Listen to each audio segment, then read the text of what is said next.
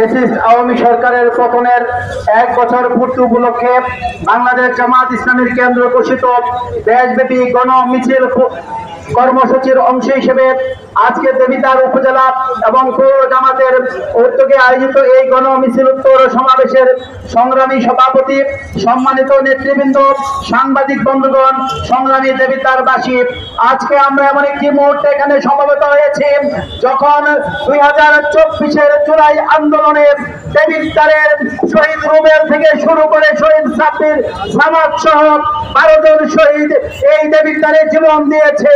আমরা আজকের এই সমাবেশের শুরুতে আমাদের সেই বীর সন্তান শহীদদেরকে শ্রদ্ধা করে স্মরণ করছি।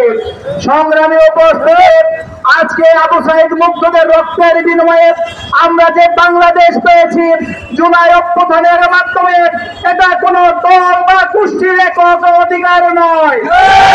আজকে জুলাই আন্দোলনকে নিয়ে বিভিন্ন রাজনৈতিক দল তারা নিজেদের দাবি করে যাচ্ছে। আজকের সমাবেশ থেকে সে সকল রাজনৈতিক দল এবং গোষ্ঠীকে দায়িত্বহীন ভাষায় বলতে চাই, জুলাই বিপ্লব পুরো এককভাবে দলের নয়, বাংলাদেশের মুক্তিকামী মানুষের একটি বিপ্লব। সরকারের কবল থেকে এদেশের মানুষ মুক্তি পাওয়ার জন্য ব্যাকুল হয়ে পড়েছিল। সেই মুক্তিকামী মানুষের দিন হচ্ছে জুলাই বিপ্লব। জুলাই সনদ ঘোষণার মধ্য দিয়ে বাংলাদেশ জামাত ইসলামী আগামী দিনে একটি সুস্থ এবং নিরাপত্ত নির্বাচনের দাবিতে যে 7 দফা দাবি ঘোষণা করা হয়েছে, সেই 7 দফা দাবি বাস্তবায়নের লক্ষ্যে এদেশের তাওহীদি জনতাকে সাথে নিয়ে বাংলাদেশ জামাত ইসলামী দুর্বার গতিতে আন্দোলন চালিয়ে যাবে ইনশাআল্লাহ। অন্তর্বর্তীকালীন সরকারের কাছে স্পষ্টভাবে বলতে চাই, আমাদের প্রবাসীদের ভোটার নিশ্চিত করতে হবে,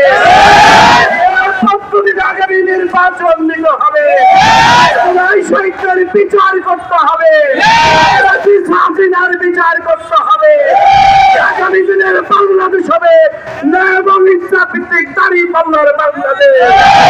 আগামী দিনের বাংলাদেশ হবে একটি সোনার বাংলাদেশ। ডাক্তার শফিকুর রহমানের নেতৃত্বে সেই সোনার বাংলাদেশ নির্মাণের জন্য সকলকে ঐক্যবদ্ধভাবে ভূমিকা পালন করার আহ্বান জানিয়ে আমি আমার বক্তব্য শেষ করছি। আল্লাহ হাফেজ।